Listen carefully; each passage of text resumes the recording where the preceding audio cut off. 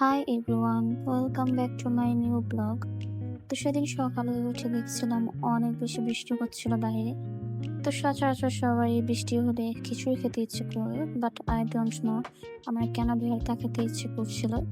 তো আম্মুকে বললাম যে আম্মু ভর্তা বানাও। তো আম্মু এখানে হচ্ছে শুটকি ভর্তা, কালিজিরা ভর্তা, আর এটা হচ্ছে একটা পাতা ভর্তা ছিল, কি পাতা আমার মনে নেই। তো লাঞ্চে ভর্তা দিয়ে ভাত খেয়েছিলাম।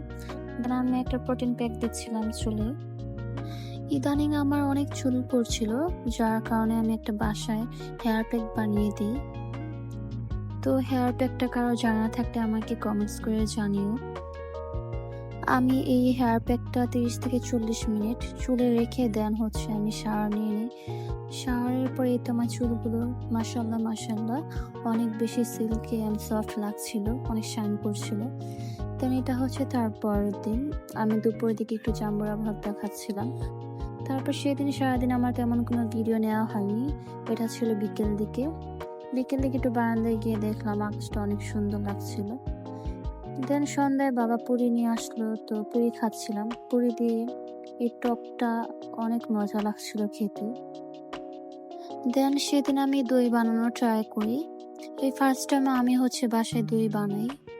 তো আলহামদুলিল্লাহ মাশাল্লাহ দইটা অনেক পারফেক্টলি জমেছিল। তো আজ এই পর্যন্তই, বাই।